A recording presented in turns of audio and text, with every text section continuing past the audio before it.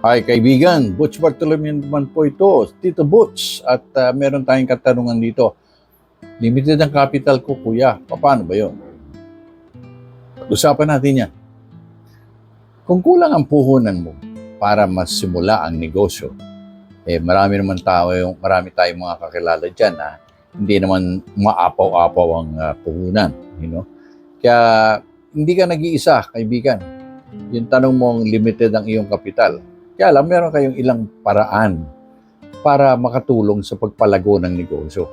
Kahit pa naman ako noong 1991, limited yung aking kapital. Dinaan ko pa yan sa credit card, di ba? So again, nevertheless, huwag kayong magpapadaig na limited ang kapital ko, kaya hanggang dito na lang ako, ayoko magnegosyo. Hindi pwede yun. Hindi rason yun. So sa akin, narito ang mga ilang paraan na ginawa ko, no? So again, number one, magkaroon ka ng malinaw na plano. Hindi yung gusto mo lang magnegosyo. Bakit? Okay? Know your why. Make it deeper.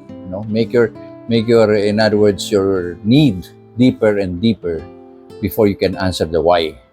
Sabi nga natin, ang unang hakbang dyan dapat gawin mo na magkaroon ng detalyadong plano ng negosyo. Sulat mo, huwag kang magsabihin, tagal ko na hindi nagsusulat, sir. Hindi, pilitin mo sarili mo. Kailangan mo isulat yan. Do not trust your memory. No? Mahirap yan. Mamaya magkaroon ka ng shortage sa memory. Di ba? Lalong-lalo na ngayon sa mga panahon ngayon. Ito ay makakapagtukoy sa atin kung paano gagamitin ang limitadong pondo. At paano ito mababawi. Kaya kapag hindi mo sinulat na nilagay mo lang dito sa isip, nandun yun. Hindi mo alam kung paano i-juggle yun. Number 2 ay maghanap ka ng alternatibong sources of funding. Halimbawa, bukod sa puhunan mo, maaari ka rin maghanap ng ibang paraan na magpapautang o investment. O maaari ka rin ito ay pamamagitan ng pautang sa mga kaibigan, kamag-anak. Medyo naman soft ang interest. Ngunit alam mo ba, meron tayong nakausap, kaibigan, isang negosyante na nagsimula na negosyo, kapos din ang puhunan niya. Meron siya mga pinapasweldo, mga isa 17,000 naman. 3 yun. Okay? So sabi niya, wala siyang mautangan. Against the wall na siya. Alam mo ang ginawa niya? May kotse ako, ba't hindi ako mag-grab? 6 na buwan siya nag-grab. Ayan, mapapanood niya yan sa aking vlog. Yan. But anyway, maraming paraan kung gugustuhin, ika nga. Number 3, magbenta ka ng mga hindi ginagamit na gamit. Okay? Siguro marami tayong mga excess dyan na siguro noong mga panahon na yun, marami kang bisyo, marami kang gadget. Siguro, medyo konting mag-house cleaning ka. In other words, yung mga gamit mo na pwedeng ibenta, pwedeng makaipon niya ng pondo. Yung mga konting minsan yung iba nga, ako nga, nagsangla ako ng aking lupain. Okay? Para magkaroon ng extra fund, no? Again, emotional attachment, yes, it's true. But I have to overcome that. It's either I am attached with it emotional or I don't grow at all. Kung hindi, wala tayo dito ngayon. 1991 pa yan. Okay? Mag-part-time, yun nga, sinabi ko sa iyo, yung isang na-interview ko dyan, mag-freelance siya habang nagtatayo ng negosyo, ay unti-unti, nag-iipon siya. So, meron pinagtutunguhan yung kanyang pagtatrabaho. Hindi naman panghabang buhay yun. Number 5, magkaroon ng subcontracting. Okay?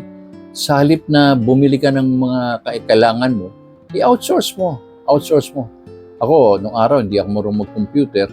May kakilala ko marunong mag-computer. Sa kanya ko pinapatype yun. Sa kanya hanggang ako'y natuto. Kumbaga, subcontracting ang tawag natin dyan. Outsource lang. And then, maghanap ka ng cost-effective paraan. Kaya nga ako, usisero ko pagdating sa mga software na makakapagpadali. Ano ba yung, minsan nga social media, pinag-aaralan ko yun. Ano yung mga nakikita ko? Ano yung mga napapanood ko sa social media na pwedeng babagay sa aking negosyo? So yan makakapagbigay sa iyo ng mga puang, in other words, elbow room, breathing room, sabi nga natin. Okay? So, simulan mo sa maliit. Yan, start small. Huwag tayong big time, hindi mo na mag-big time. Simula muna sa maliit. Simple lang, low-key. Huwag kang bongga-bongga. Okay? Simple lang. Maaari ka naman magsimula ng maliit na negosyo o operating scale. Dahan-dahan lang. Huwag ka nang tumanggap muna ng mga hindi mo kayang sunggaban ng mga trabaho. So, ito kaibigan, mga pamamagitan ng mga sinasabi ko sa iyo, ay baka naman makatulong. So, kung ako ay makakatulong, again, ito po si Tito Bots, isang motivational speaker, isang business mentor, at pagdating sa negosyo, dapat wais at may puso. Again, kita tayo. Bye-bye.